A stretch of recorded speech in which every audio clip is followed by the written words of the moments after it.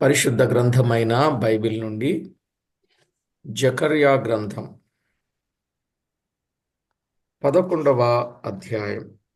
జకర్యా గ్రంథం 11వ అధ్యాయం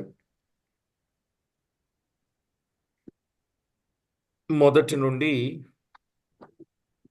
14 వచనాలు మనము చదువుకోవాలి.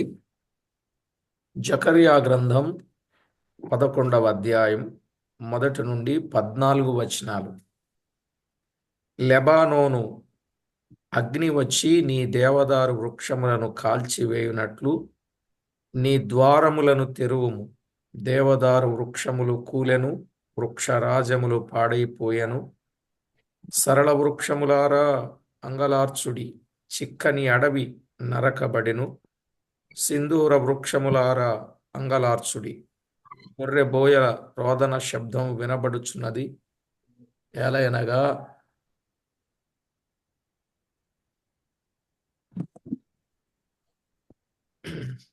వారి అతిశయాస్పదములయమాయను. పదుమ సింహము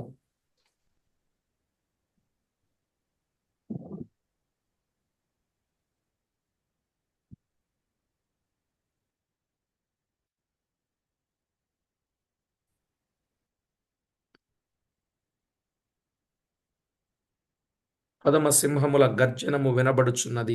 ఏలయనగా యోర్ధాను యొక్క మహారణ్యము పాడైపోయెను. నా దేవుడైన యెహోవా సెలవిచ్చినదేమనగా, వధకేర్పడిన గొర్రెల మందను మేపుము. వాటిని కొనువారు వాటిని చంపియు నిరపరాధులమని అనుకొందురు. వాటిని అమ్మిన వారు మాకు బహుద్రవ్యము దొరుకుచున్నది, యెహోవాకు స్తోత్రమని చెప్పుకొందురు. వాటిని కాయువారు వాటి ఎడల కనికరము చూపరు. ఇదే యెహోవా వాక్. నేనికను దేశ నివాసులను కనికరింపక ఒకరి చేతికి ఒకరిని, వారి రాజు చేతికి వారినందరినీ అప్పగింతును. వారు దేశమును నాశనము చేయగా వారి చేతిలో నుండి నేనెవరిని విడిపింపను. కాబట్టి నేను సౌందర్యమనునట్టియు బంధమనునట్టియు 2 కర్రలు చేత పట్టుకొని వధకేర్పడిన గొర్రెలను, ముఖ్యముగా వాటిలో మిక్కిలి బలహీనమైన వాటిని మేపుచూ వచ్చి తిని, 1 నెలలోగా కాపరులలో 3 సంహరించి తిని. ఎలయనగా నేను వారి విషయమై సహనము లేని వాడను కాగా వారు నా విషయమై ఆయాసపడిరి. కాబట్టి నేనికను మిమ్మును కాపు కాయను. చచ్చునది చావవచ్చును, నశించునది నశింపవచ్చును, మిగిలినవి ఒకదాని మాంసము ఒకటి తినవచ్చును అని చెప్పి, సౌందర్యమను కర్రను తీసుకుని జనులందరితో నేను చేసిన నిబంధనను భంగము చేయునట్లు దానిని విరిచి తిని, అది విరువబడిన దినమున నేను చెప్పినది యెహోవా వాక్కు అని మందలో బలహీనములై నన్ను కనిపెట్టుకుని ఉన్న గొర్రెలు తెలుసుకొను. మీకు అనుకూలమైన ఎడల నా కూలి నాకీయుడి, లేని ఎడల మానివేయుడని నేను వారితో అనగా, వారు నా కూలికై 30 తులముల వెండి తూచి ఇచ్చిరి. యెహోవా ఎంతో అబ్బురముగా వారు నాకేర్పరిచిన క్రయధనమును కుమ్మరికి పారవేయుమని నాకు ఆజ్ఞేయగా, నేను ఆ 30 తులముల వెండిని తీసుకొని యెహోవా మందిరములో కుమ్మరికి పారవేసి తిని. అప్పుడు బంధమనునట్టి నా 2వ కర్రను తీసుకుని యూదా వారికిని ఇశ్రాయేలు వారికిని కలిగిన సహోదర బంధమును భంగము చేయునట్లు దాని విరిచి తిని. చదవబడిన ఈ లేఖనాల కొరకై ప్రార్థన చేసి వాక్యాన్ని ధ్యానం చేద్దాం. ప్రియులారా, ప్రార్థనలో ఏకీభవించండి. మహాగణుడవైన మా దేవా, మహోన్నతుడవైన మా ప్రియ ప్రభువా, సర్వాధికారి సర్వశక్తి సంపన్నుడా, జీవాధిపతి అయిన మా దేవా, మీ గణనామానికి వందనములు, స్తోత్రములు, స్తుతులు చెల్లిస్తున్నాం. దేవా, ఎంతో గొప్ప దేవుడవు, మహిమగల దేవుడవు, ప్రభావము గల దేవుడవు, సాటిలేని దేవుడవు, సర్వశక్తి సంపన్నుడవు. అందును బట్టి మిమ్మును మేమెంతో స్తుతిస్తున్నాం. జకర్యా గ్రంథం 11వ అధ్యాయములో 14 వచనాలు చదువుకొనగా, అందున్న అమూల్యమైన సత్యాలను మేము ఒక్కొక్కటి ధ్యానం చేస్తూ ఉండగా, మా వ్యక్తిగత భక్తి జీవితం కొరకై అవసరమైన అమూల్యమైన సంగతులను, ఆధ్యాత్మిక సంగతులను బయలుపరిచి మీ నామమునకు మహిమ ఆపాదించుకొనమని, తోడయుండి కాపాడమని, మేలు చేసి మహిమ పొందమని కోరుచు మా ప్రభువైన యేసు క్రీస్తు అమూల్యమైన నామమున స్తోత్రము చెల్లించి స్తుతించి ప్రార్థించి మిక్కిలి వినయముగా బ్రతిమలాడి వేడుచూ ఉన్నాం మా పరమ తండ్రి. ఆమేన్. ప్రభునందు ప్రియులారా, మనము చదువుకున్న ఈ వచన భాగాలు 11వ అధ్యాయములో మనము ముఖ్యముగా కాపరులను గూర్చిన విషయాలు చదువుకున్నాం. కాపరులను గూర్చి చదువుకుంటున్నప్పుడు ఇందులో దాదాపు 17 వచనాలు వ్రాయబడ్డాయి. 17 వచనాలు వ్రాయబడితే ఈ 17 వచనాలను మనము 2 భాగాలుగా చేసుకోవచ్చు. 17 వచనాలను 2 భాగాలుగా మనము చేస్తే 1 నుండి 14 వచనాలు రోమీల కాలం. 1 నుండి 14 వచనాలు రోమీల కాలం అని అంటారు. 15 నుండి 17 వచనాలు అంత్యకాలం. 1 నుండి 14 వచనాలు రోమీల కాలం, 15 నుండి 17 వచనాలు అంత్యకాలం. ఇందులో మన క్రీస్తు ప్రభువు కూడా కనబడుతున్నారు. ఆయన మేపుచూ వచ్చిన కాపరి అయిన క్రీస్తు. మేపుచూ వచ్చిన కాపరి అయిన క్రీస్తు అని ఆయనను గూర్చి మనము చెప్పవచ్చు. ఈ అధ్యాయం అంతటిలో ఉన్న ఉపోద్ఘాతం ఏమంటే, ఈ అధ్యాయములో కాపర్లను గూర్చి ఎక్కువగా చదువుచున్నాము. దేవుడే వారికి కాపరిగా ఉండి చక్కగా మేపుచూ వచ్చెను గాని ఇశ్రాయేలీల కాపరులు వారిని దారి తప్పించిరి. ఇశ్రాయేలీల కాపరులు వారిని దారి తప్పించిరి. వారు వారి మధ్యనున్న కాపరుల మాట విని అసలు కాపరి అయిన దేవుని మరిచిపోయారు. అసలు కాపరి అయిన దేవుని మరచిపోయారు. ఇక కాపరి అయిన క్రీస్తు వారి మధ్యకు రాగా ఆయనను తృణీకరించారు. కాపరి అయిన క్రీస్తు వారి మధ్యకు రాగా ఆయనను తృణీకరించారు. అందువలన భయంకరమైన శిక్షకు వారు పాత్రులయ్యారు. భయంకరమైన శిక్షకు వారు పాత్రులయ్యారు. అంత్యదినములలో రానయున్న కాపరి దుస్థితి కూడా ఇందులో చూస్తున్నాం. అంత్యదినములలో రానయున్న కాపరి ఉన్నాడు. వాని దుస్థితి కూడా ఈ అధ్యాయములో కొంత మనము గమనించవచ్చు. ఇక్కడ కొన్ని విషయాలు మనము తేటగా గమనించినప్పుడు, ఇశ్రాయేలు కాపరులున్నారు, దేవుడు కాపరిగా ఉన్నాడు, అంత్యకాలమున రానయున్న కాపరి కూడా ఉన్నాడు. అర్థమైందండి? దేవుడు కాపరి, ఇశ్రాయేలు కాపరులు, అంత్యకాలపు కాపరి. అయితే ఇందులో మనము ధ్యానాన్ని ఆలోచన చేసినప్పుడు 1 నుండి 14 వచనాలు రోమీల కాలం. 1 నుండి 14 వచనాలు రోమీల కాలం. ఈ రోమీల కాలం ఈ భాగములో 3 విధముల కాపరులను మనము చూస్తున్నాం. 3 విధముల కాపరులను మనము గమనిస్తాం. ప్రియులారా, అందులో ఒకటి దేవుడే వారి కాపరి. 7వ వచనములో మనం ఆలోచన చేసినప్పుడు, దేవుడే వారి కాపరి కాబట్టి నేను సౌందర్యమనున్నట్టు బంధమనున్నట్టు 2 కర్రలు చేత పట్టుకొని వధకేర్పడిన గొర్రెలను, ముఖ్యముగా వాటిలో మిక్కిలి బలహీనమైన వాటిని మేపుచూ వచ్చి తిని, దేవుడే కాపరి. ఇక్కడ 2 కర్రలను చూస్తున్నాం కదా. ఇక్కడ 2 కర్రలను చేతబట్టుకొని అనే మాట. ఇది పాత తర్జుమాలో ఒకటి కటాక్షం అనే కర్ర, 2 సమకూర్చుట అను కర్ర. ఇది పాత తర్జుమాలో దొరుకుద్ది. అర్థమైందండి? కొన్ని విషయాలు మనము పాత తర్జుమాను కూడా ఆలోచన చేసినప్పుడు కొంత వివరం మనకు బయలుపరచబడుతుంది. కనుక ఇక్కడ 2 కర్రలు పాత తర్జుమాలో ఒకటి కటాక్షం అనే కర్ర, 2 సమకూర్చుట అనే కర్ర చెప్పబడింది. సమకూర్చుట అనే మాటలో ఐక్యము అనే భావం కూడా ఉంది. సమకూర్చుట అనే మాటలో ఐక్యము అనే భావము కూడా ఉన్నది.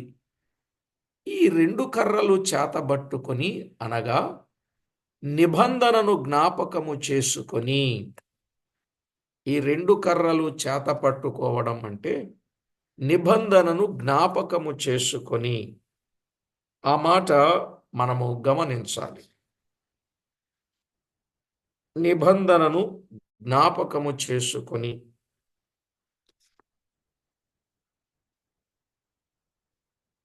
ఈ మాటలు మనము ఆలోచన చేస్తే, నిబంధన అనే మాట మనము లేవియాకాండం 26వ అధ్యాయం 45వ వచనాన్ని చూస్తాం. 26:45. నేను వారికి దేవుడనయుండునట్లు వారి పూర్వీకులను జనుల ఎదుట ఐగుప్తులో నుండి రప్పించి వారితో చేసిన నిబంధనను ఆ పూర్వీకులను బట్టి జ్ఞాపకము చేసుకొందును. నేను యెహోవాను అని చెప్పుము అనెను. ఆ పూర్వీకులను బట్టి వారితో చేసిన నిబంధనను జ్ఞాపకము చేసుకొందును అన్నాడు. ఆ 2 కర్రలు చేతబట్టుకొని అంటే నిబంధనను జ్ఞాపకము చేసుకొనుట అనే విషయాన్ని మనం గుర్తు చేసుకోవాలి. పూర్వీకులను జ్ఞాపకము చేసుకొనుట. అందుకనే కటాక్షం, సమకూర్చుట ఎవరిని బట్టి? పూర్వీకులను బట్టి అనే సత్యం మనము గుర్తించవచ్చు ప్రియులారా. అలాగునని 105వ కీర్తన 8-9 చరణాలు. కీర్తనల గ్రంథం 105వ కీర్తన 8-9 చరణాలు. తాను సెలవిచ్చిన మాటను 1000 తరముల వరకు, అబ్రహాముతో తాను చేసిన నిబంధనను, ఇస్సాకుతో తాను చేసిన ప్రమాణమును నిత్యము ఆయన జ్ఞాపకము చేసుకొనును. అబ్రహాముతో చేసిన నిబంధన, ఇస్సాకుతో తాను చేసిన ప్రమాణం నిత్యము ఆయన జ్ఞాపకము చేసుకొనును. అర్థమైందా? 2 కర్రలు చేతబట్టుకొనుట అంటే ఆ భావాన్ని మనము గుర్తించవచ్చు. 106వ కీర్తనలో కూడా మనము ఆ సంగతి జ్ఞాపకం చేసుకోవచ్చు. 106వ కీర్తనలో వారు కష్టకాలములో దేవునికి మొర్రపెట్టినప్పుడు ఆయన వారిని ఎలాగున ఆదుకున్నాడు, కనికరించాడు, కాపాడాడు, సహాయము చేశాడు. ఆ సంగతులు మనము జ్ఞాపకం చేసుకోవచ్చండి. వారు దీనదశలో ఉన్నప్పుడు, వారికున్న ఇరుకు ఇబ్బందులలో ఉన్నప్పుడు, వారి విషయములో దేవుడు ఎలాగున సహాయము చేస్తూ వచ్చాడో ఈ సంగతులు ఈ కీర్తనలో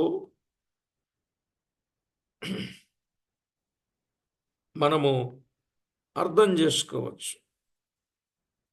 సరే ప్రియులారా, ఆయనను గూర్చిన విషయాలు ఎంతో వివరంగా వ్రాయబడ్డాయి. అలాగునని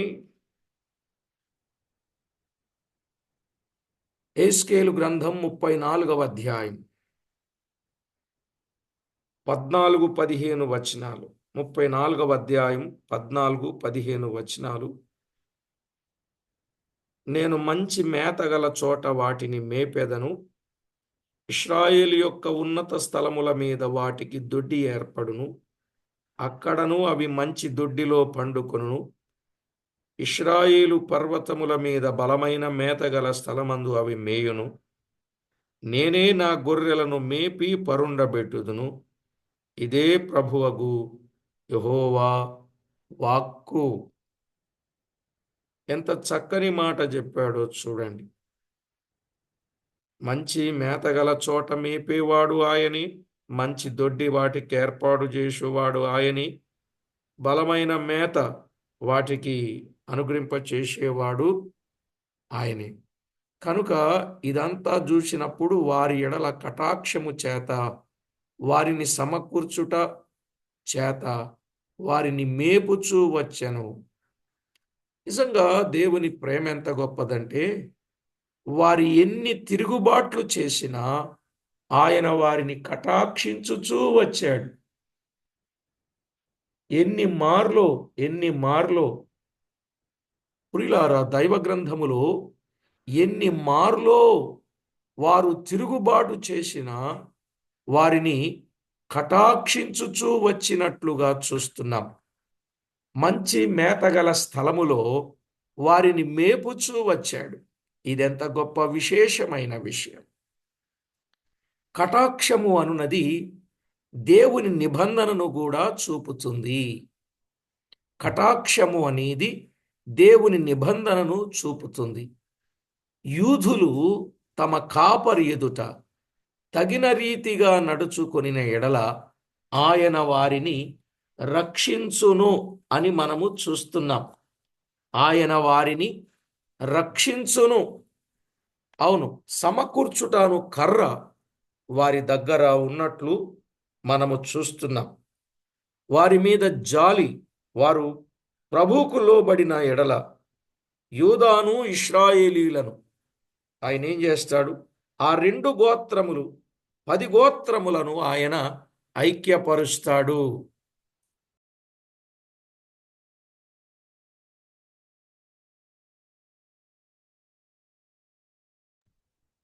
దేవుని వాక్యములో వ్రాయబడిన మాట ప్రభునందు ప్రియులారా, జీవము గల దేవుని మాటలలో ఆయన వారిని రక్షిస్తాడు, సమకూరుస్తాడు, వారిని ఐక్యపరుస్తాడు.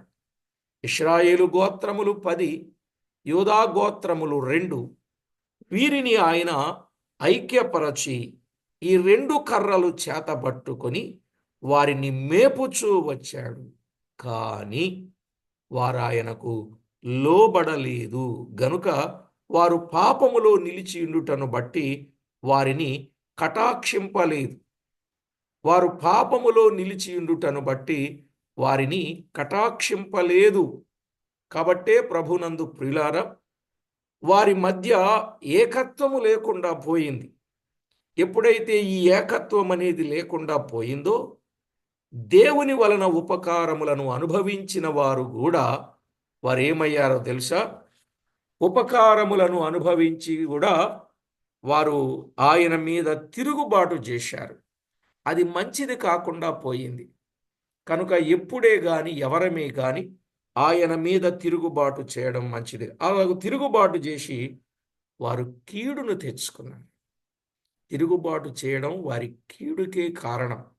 అందుకే సంఘాలలో దైవ సేవకుల మీద కానీ, పెద్దల మీద కానీ, సంఘం మీద కానీ ఎప్పుడు తిరుగుబాటు చేయకూడదు. చూడండి, మనకు ఒక ఎగ్జాంపుల్ మనం ఆలోచన చేస్తే దేవుని వాక్యంలో వ్రాయబడిన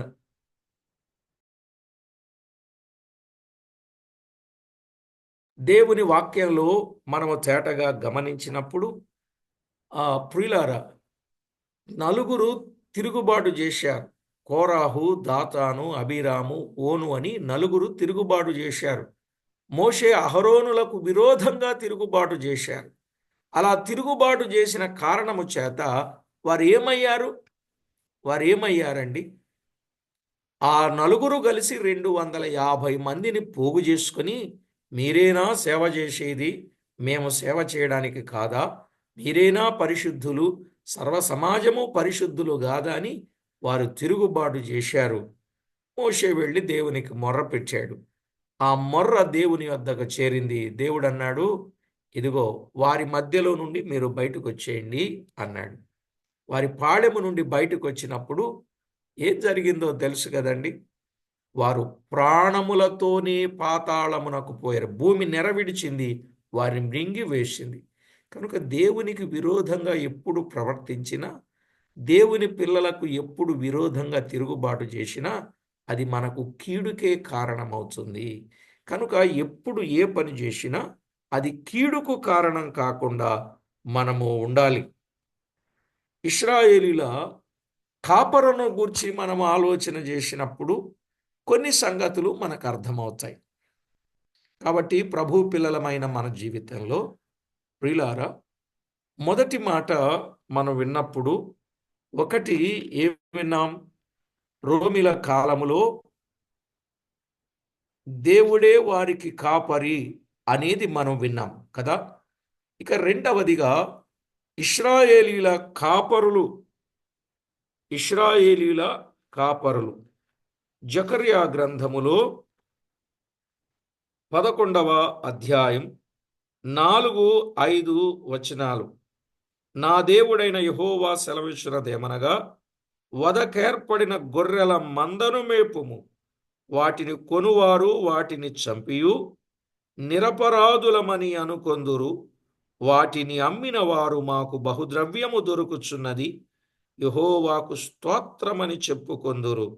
వాటిని కాయువారు వాటి ఎడల కనికరము చూపరు అని వ్రాయబడింది. అయ్యో, ఎంత విచారకరమైన విషయం! ఇశ్రాయేలీల కాపరుల సంగతులు మనము ఆలోచన చేసినప్పుడు, దేవుడు వధకేర్పడిన గొర్రెల మందను మేపుమని సెలవిస్తే, వారి కాపరులు అనగా వారి రాజులు ఏం చేశారు? కాపరులంటే వారి రాజులు, కాపరులంటే వారి ప్రవక్తలు, కాపరులంటే వారి యాజకులు, కాపరులు అంటే వారిని నడిపించువారు అని అర్థం. వారి కాపరులు, వారి రాజులు ఏం చేశారు? కీర్తనల గ్రంథములో మనము చూచినప్పుడు 78వ కీర్తన 70-71 మనము 72 చదివితే, తన దాసుడైన దావీదును కోరుకుని గొర్రెల దొడ్లలో నుండి అతని పిలిపించెను.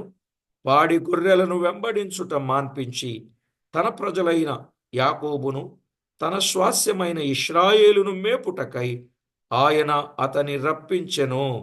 అతడు యథార్థ హృదయుడై వారిని పాలించెను, కార్యముల యందు నేర్పరి అయి వారిని నడిపించెను అని చూస్తాం. ఇశ్రాయేలు కాపరులంటే ఎవరు? వారి రాజులు అనేది ఈ వచనాన్ని బట్టి మనకు అర్థమవుతా ఉంది. అలాగే 77వ కీర్తన 20వ చరణాన్ని, మోషే అహరోనుల చేత నీ ప్రజలను మందవలే నడిపించితివి. ఈ మాట ప్రవక్తలు, యాజకులు అని మనం అర్థం చేసుకోవాలి. కనుక మోషే అహరోనుల చేత నీ ప్రజలను మందవలే నడిపించితివి. కనుక రాజుల చేత, యాజకుల చేత, ప్రవక్తల చేత ఆ రోజు ఇశ్రాయేలీలను మేపుచూ వచ్చినట్లుగా చూస్తాం. వారి ప్రవక్తలైన, యాజకులైన మోషే అహరోనులు, వారి రాజైన దావీదు వారిని సరిగా మేపుచూ వచ్చెను అని చూస్తున్నాం. కానీ రాను వారి కాపరులు ఏమయ్యారంటే వారిని దారిని తప్పించారు, వారిని తప్పుదారిన నడిపించారు. ఇవాళ చాలామంది కాపరులండి బైబిల్లో విషయాలు తెలియకుండా, బైబిల్ని అసలు అర్థం చేసుకోకుండా, బయట విషయాలు చెప్పి గొర్రెలను తప్పు త్రోవల్లో నడిపించేవారు ఎక్కువ మంది ఉన్నారు. ఈరోజు రక్షణ అంటే చాలామందికి తెలియదు, బాప్తిస్మం అంటే చాలామందికి తెలియదు, ఆరాధన అంటే చాలామందికి తెలియదు, సంఘం అంటే చాలామందికి తెలియదు, సత్యం అంటే ఇంకేం తెలుసుద్ది చెప్పండి. ఇక ఇవే తెలియనప్పుడు ఇంకా సత్యం అంటే ఏం తెలుసుద్ది? ఇలాగుండి కూడా సేవ చేసేవారు ఉన్నారు. అందుకే ఎక్కువగా ఆయా స్థలాలలో సేవకుల సదస్సులు ఏర్పాటు చేయడం జరుగుతూ ఉంది. ఈ వారంలో కూడా 2 స్థలాల్లో సేవకుల సదస్సులు ఏర్పాటు చేశాం. ఎందుకు అనంటే ఈ కాపరులే ప్రజలను దారి తప్పిస్తున్నారు.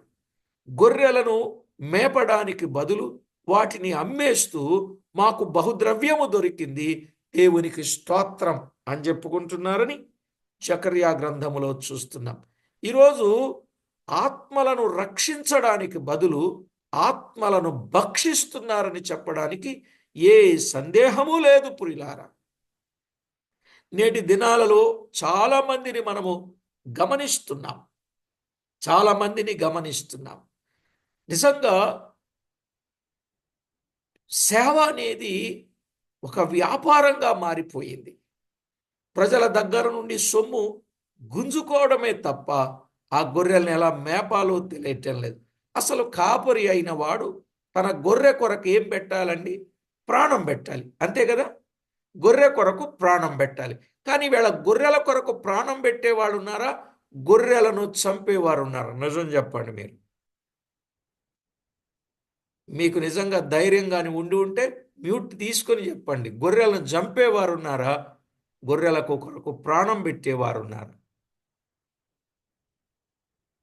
ఎవరున్నారండి? యేసు ప్రభు మరణించి బ్రతికించినట్లు, గొర్రెను రక్షించడానికి దావీదు తన ప్రాణాన్ని పణంగా పెట్టి సింహపు నోట నుండి రక్షించినట్టు గొర్రెపిల్లను ఈరోజు అలాగూ ఎవరున్నారు? ఎంతమంది ఉన్నారు? ఇది మనం ప్రశ్న వేసుకోగలిగితే చాలా సహాయం. కాబట్టి ప్రభునందు ప్రియులారా, జీవము గల దేవుని వాక్యములో వ్రాయబడిన వాస్తవిక సత్యాలు మీరు గమనించండి. ఈరోజు అహరోను మోషే లాంటి వారు కానీ, దావీదు లాంటి వారు కానీ, రాజులు కానీ, యాజకులు కానీ, ప్రవక్తలు కానీ, నడిపించే నాయకులు కానీ ఉన్నారా? ఉన్నారు. కానీ గొర్రెలను సరి అయిన త్రోవలో నడిపించడంలే. మీరు ఎక్కడైనా గమనించండి, భక్తి కార్యక్రమాలు చక్కగా జరుగుతూ ఉన్నాయి. కానీ అందరూ పరలోకానికి వెళ్ళగలరా అని ప్రశ్న వేయండి, ప్రతి ఒక్కరూ కన్ఫ్యూజన్లోనే ఉన్నారు. కన్ఫామ్గా నేను వెళ్ళగలను అని చెప్పేవాళ్ళు ఎంతమంది ఉన్నారండి? అంటే దానిని బట్టి మనకు అర్థం అవ్వాల్సింది ఏంటి?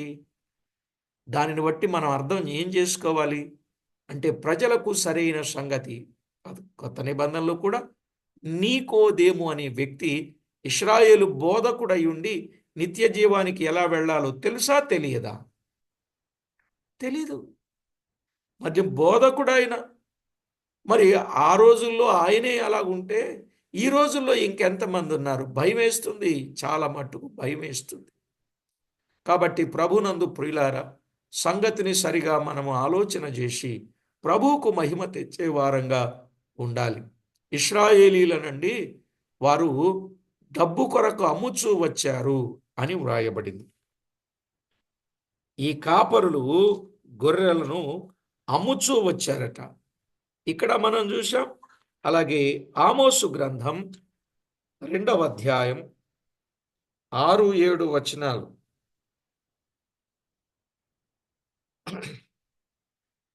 ఆమోసు గ్రంథం 2వ అధ్యాయం 6-7 వచనాలు. యెహోవా సెలవిచ్చినదేమనగా, ఇశ్రాయేలు 3 సార్లు 4 సార్లు చేసిన దోషములను బట్టి నేను తప్పకుండా దాన్ని శిక్షింతును. ఏలయనగా ద్రవ్యమునకై దాని జనులు నీతిమంతులను అమ్మివేయుదురు. పట్టుకున్నారా ఈ మాట?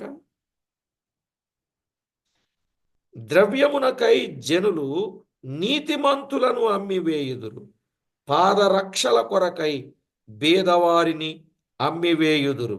దరిద్రుల నోటిలో మన్ను వేయుటకు బహు ఆశపడుదురు, దీనుల త్రోవకు అడ్డము వచ్చెదరు. తండ్రియు కుమారుడును ఒకదానినే కూడిన పరిశుద్ధ నామమును అవమానపరుచుదురు అని ఇలాగున సంగతులను తేటపరచినట్లుగా చూస్తున్నాం. ఇశ్రాయేలీలను డబ్బు కొరకు అమ్మేశారటండి, ద్రవ్యముకై అమ్మివేసినట్లుగా మనము చూస్తున్నాం. దరిద్రుల నోటిలో మన్ను వేయటానికి బహు ఆశపడుతున్నారట. దరిద్రుల నోటిలో మన్ను వేయటానికి ఆశపడుతున్నారండి. ఎంత ఘోరం! ఇలాంటి వచనాలు మనం చదువుతామని ఎన్నడూ అనుకోలేదు. కానీ చూడండి, పరిస్థితులు ఎంత ఇబ్బందికరంగా ఉన్నాయో మీరు ఆలోచన చేయండి. ఇక అందులో వాటిని కొనువారు వాటిని చంపి నిరపరాధులమని అనుకొందురు అన్నాడు జకర్యా గ్రంథములో. ఏమంట? వాటిని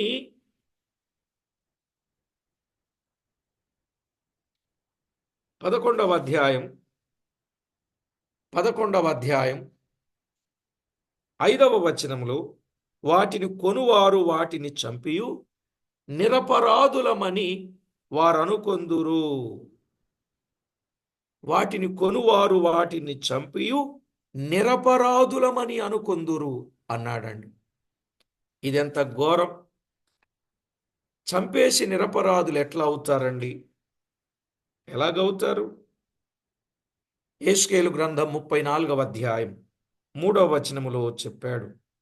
34:3 మీరు క్రొవ్విన గొర్రెలను వధించి క్రొవ్వును తిని బొచ్చును కప్పుకొందురు గాని గొర్రెలను మేపరు అన్నాడు. క్రొవ్విన గొర్రెలను వధిస్తారట, క్రొవ్వును తింటారట, బొచ్చును కప్పుకుంటారు గాని గొర్రెలను మేపరు. ఇశ్రాయేలు కాపరులు ఎలా ఉన్నారో చూడండి. ఇంకా అందులోనే జకర్యా గ్రంథం 11వ అధ్యాయం 5వ వచనంలోని వాటిని అమ్మినవారు వాటిని చంపియు నిరపరాధులం అనుకుంటూ మాకు బహుద్రవ్యము దొరుకుచున్నది, యెహోవాకు స్తోత్రం. వాటిని అమ్మినవారు మాకు బహుద్రవ్యము దొరుకుచున్నది కనుక స్తోత్రం అని వారు చెప్పుకుంటున్నట్లుగా చూస్తున్నాం. అంటే ధనాపేక్ష అనేది వారి జీవితంలో ఎంత ప్రాధాన్యత వారిచ్చారో చూడండి. హోషేయ గ్రంథం 12వ అధ్యాయం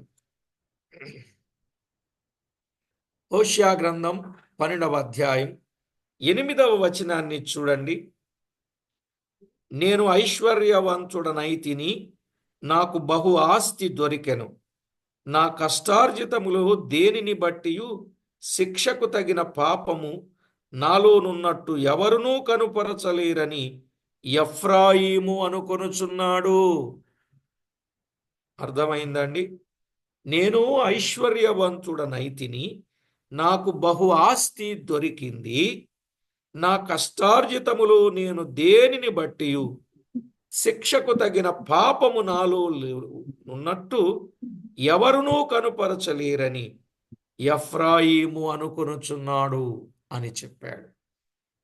కాబట్టి ప్రభునందు ప్రియులారా, పరిశుద్ధ గ్రంథమైన బైబిల్ని మనం ఆలోచన చేసినప్పుడు అందున్నటువంటి అమూల్యమైన విషయాలు చాలా జాగ్రత్తగా మనము అర్థం చేసుకోవాలి. దైవలేఖనములో ఉన్న వాస్తవిక సత్యాలు. గొర్రెలను అమ్మి మాకు బహుద్రవ్యము దొరుకుచున్నది, యెహోవాకు స్తోత్రం అంటున్నారు. ఇక మూడవది అక్కడే జకర్యా గ్రంథములో ఉన్న మాట, వాటిని కాయువారు వాటి ఎడల కనికరము చూపరు అన్నాడు 11:5. వాటిని కాయువాడు వాటి ఎడల కనికరము చూపరు. యెహెజ్కేలు గ్రంథం 34వ అధ్యాయం 2-3 వచనాలు కూడా మనము చదివినప్పుడు మనకు అర్థమవుతుంది. వారిని కాచి మేపుటకు బదులు వారికి ఇలాంటి దుష్క్రియలు చేయుచూ ఉన్నారు. వారిని కాచి మేపుటకు బదులు వారికి ఇలాంటి దుష్క్రియలు నేర్పుచూ ఉన్నారు. ఇలా ఉండగా కాపరి అయిన మెస్సయ వారి మధ్యకు వచ్చెను. అర్థమైందండి?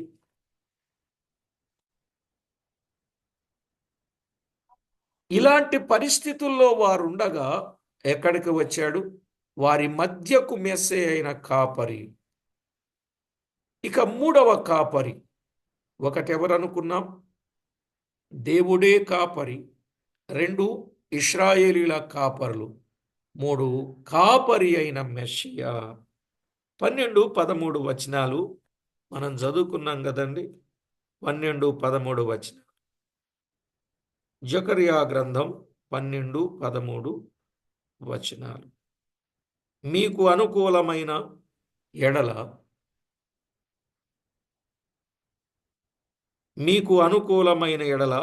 నా కూలి నాకీయుడి, లేని ఎడల మానివేయుడని నేను వారితో అనగా వారు నా కూలికై 30 తులముల వెండి తూచి ఇచ్చిరి.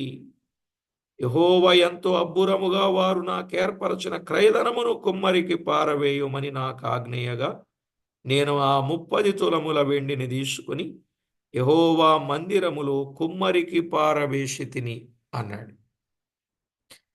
కాపరి అయిన మెస్సయాను వారు తృణీకరించారు, బానిసలాగా వెలకు అమ్మివేసిరి. ఇక్కడ ప్రవక్త అయిన జకర్యా మంచి కాపరి యొక్క నిరాకరణకు ముంగుర్తుగా చెప్పుట మాత్రమే గాక తానే ఆయనకు ముంగుర్తుగానున్నాడని గమనించాలి. అర్థమైందండి? వారు కాపరి అయిన మెస్సయాను తృణీకరించి బానిసల వెలకు అమ్మివేసినట్టు ఇక్కడ ప్రవక్త అయిన జకర్యా మంచి కాపరి యొక్క నిరాకరణకు ముంగుర్తుగా వారు చెప్పుట మాత్రమే గాక తానే ఆయనకు ముంగుర్తుగా ఉన్నాడని మనము గమనించాలి.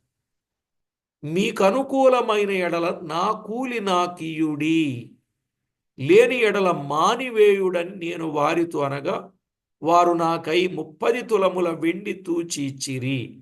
ఇది ఒక బానిస వెల. ఇది ఒక బానిస వెల. ప్రియులారా, ఇది ఒక బానిస వెల. 30 తులముల వెండి అనేది బానిస యొక్క వెల. చూడండి, నిర్గమాకాండం 21వ అధ్యాయం 32వ వచనం. నిర్గమాకాండం 21వ అధ్యాయం 32వ వచనం. ఆ ఎద్దు దాసినైనను పొడిచిన ఎడల వారి యజమానునికి 30 తులముల వెండి చెల్లింపవలెను. 30 తులముల వెండి చెల్లింపవలెను అన్నాడు. అర్థమైందండి? 30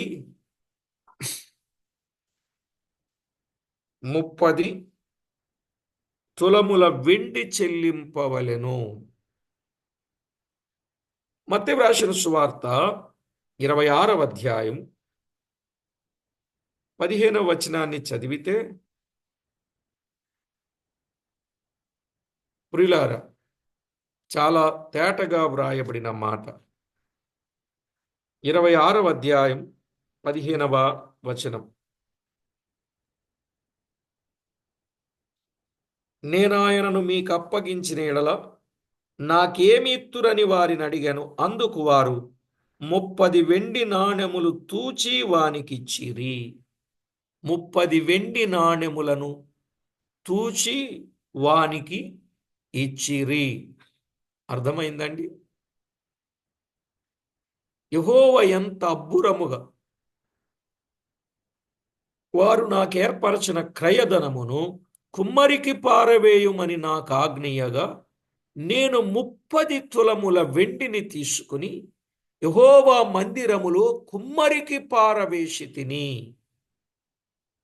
ఇక్కడ జకర్యా క్రీస్తుకును ఇష్కరియోతు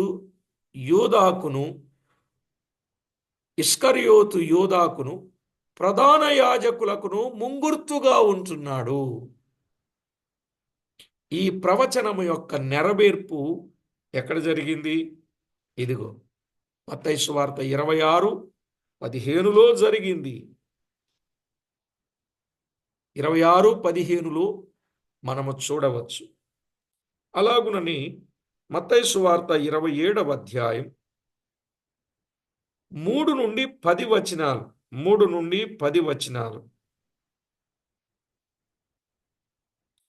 ఇందులో మనకు అర్థమైతే 3 నుండి 10 వచనాలలో ప్రియులారా, ఆ ప్రధాన యాజకులు ఆ వెండి నాణెములను తీసుకుని, ఇవి రక్త క్రయధనము గనుక వీటిని కానుక పట్టిలో వేయవలదని చెప్పి వారేం చేశారు? 9-10 వచనాలు. అప్పుడు విలువ కట్టబడిన వాని, అనగా ఇశ్రాయేలీలో కొందరు విలువ కట్టిన వాని క్రయధనమైన 30 వెండి నాణెములు తీసుకుని, ప్రభువు నీకు నియమించిన ప్రకారము వాటిని కుమ్మరివాని పొలమునకిచ్చిరి అని ప్రవక్త అయిన ఇర్మియా ద్వారా చెప్పబడిన మాట నెరవేరెను. కుమ్మరివాని పొలమునకిచ్చిరి అని చూస్తున్నాం. నిజమే, ఆ డబ్బు తీసుకున్న యూదా ఇస్కరియోతు ఏం చేశాడు? అపోస్తలుల కార్యముల గ్రంథం 1వ అధ్యాయం. అపోస్తలుల కార్యముల గ్రంథం 1వ అధ్యాయం. ప్రియులారా, మనము తేటగా గమనించాలి. 1వ అధ్యాయం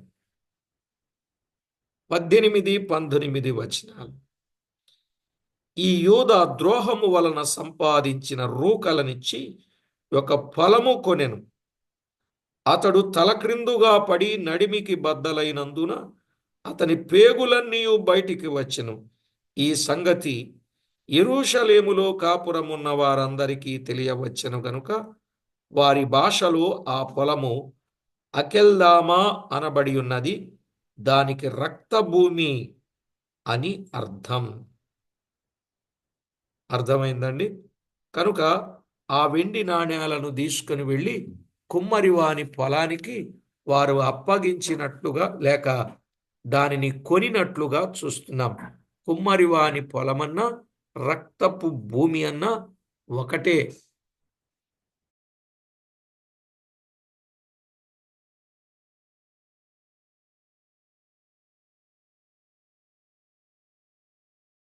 జాగ్రత్తగా గమనించండి ప్రియులారా. జీవము గల దేవుని వాక్యములో వ్రాయబడిన వాస్తవిక సత్యాలు మీరు ఆలోచన చేయండి. పరిశుద్ధ గ్రంథమైన బైబిల్ను మనము ఆలోచన చేస్తే ఎప్పుడో చెప్పబడిన ప్రవచనపు నెరవేర్పు మెస్సీయ అయిన క్రీస్తు ప్రభు వారి ద్వారా అది నెరవేర్చబడింది కదా. ఆ 30 వెండి నాణేలతో యేసు ప్రభువునే కొన్నారు. ఒక బానిసను అమ్మినట్టు అమ్మేశాడు నమ్మిన శిష్యుడే. ఎంత విచారకరమండి, ఎంత విచారకరమైన విషయం. కాబట్టి ప్రియులారా, అప్పుడు చెప్పబడిన ఆ మాట ఇప్పుడు చెప్పబడిన ఈ వచనాల ప్రకారంగా నెరవేరుతుంది. కానీ మత్తయి ఆ ప్రవచనం ప్రవక్త అయిన ఇర్మియా ద్వారా చెప్పబడిన మాటగా వ్రాయిచున్నాడు. మత్తయి జకర్యా చెప్పిన మాటను మత్తయి ఆ ప్రవచనము చెప్పినట్లుగా, ఇర్మియా చెప్పినట్లుగా మత్తయి వ్రాస్తున్నాడు. ఇందులో సంశయము ఉంటుంది, కానీ సంశయం అక్కర్లేదు. ప్రవక్తలు చెప్పినవన్నీ వ్రాతకు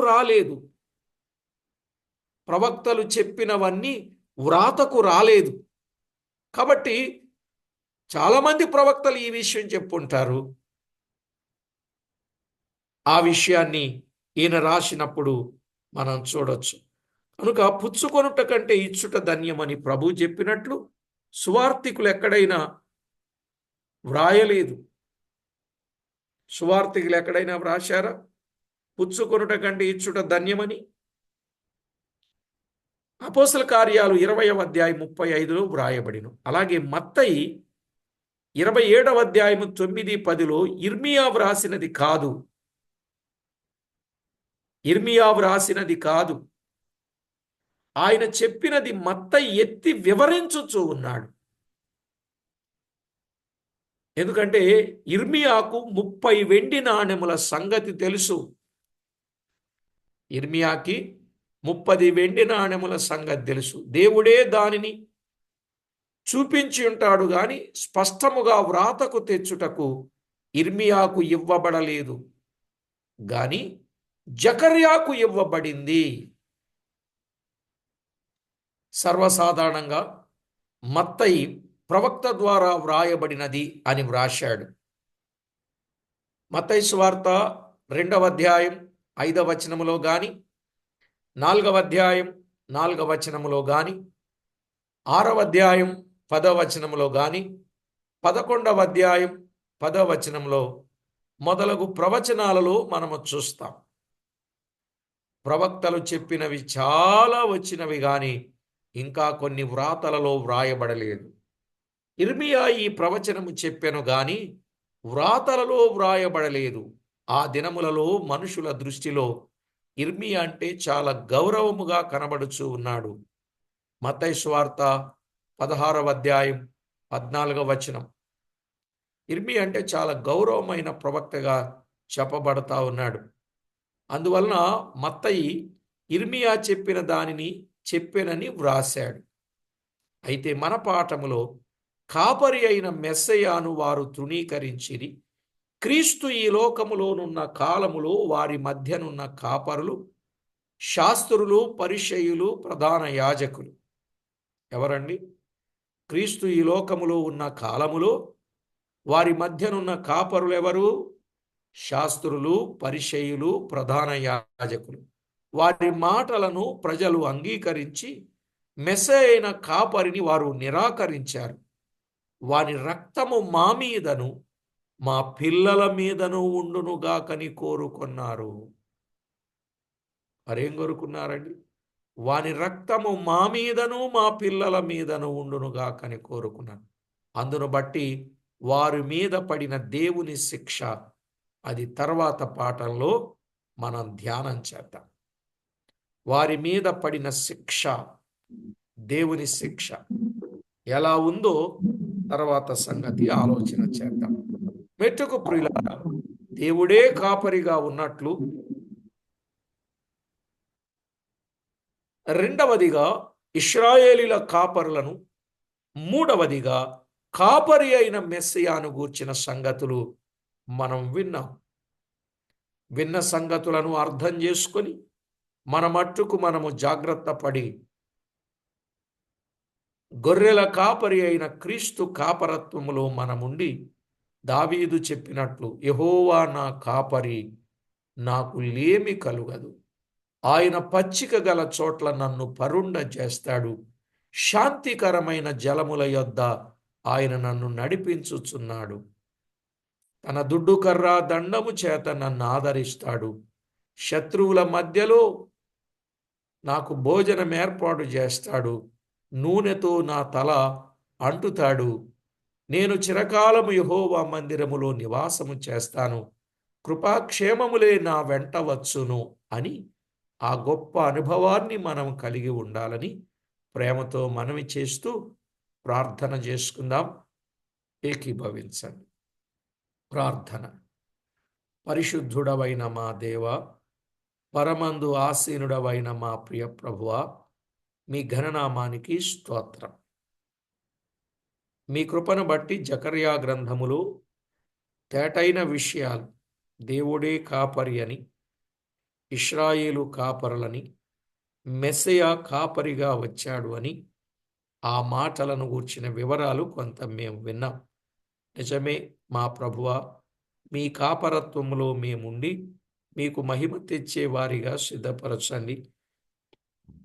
ఈనాడు కొందరు కాపరులుండగా ఆ కాపరుల యొక్క కనుసన్నలలో మీకు మహిమకరంగా లేఖనాన్ని అనుసరించి ప్రవర్తించు వారిగా మమ్మును మేము జాగ్రత్త చేసుకుని మిమ్మును మహిమపరచగలుగునట్లు మమ్మును సిద్ధపరచమని మాకు తోడయుండి మమ్మును ఆదుకొని నడిపించమని కోరుచు మా ప్రాణనాథుడు ప్రియుడైన యేసుక్రీస్తు అమూల్యమైన నామమున ప్రార్థించి వినయులమై వేడుచు ఉన్నాం మా పరమ తండ్రి. ఆమేన్.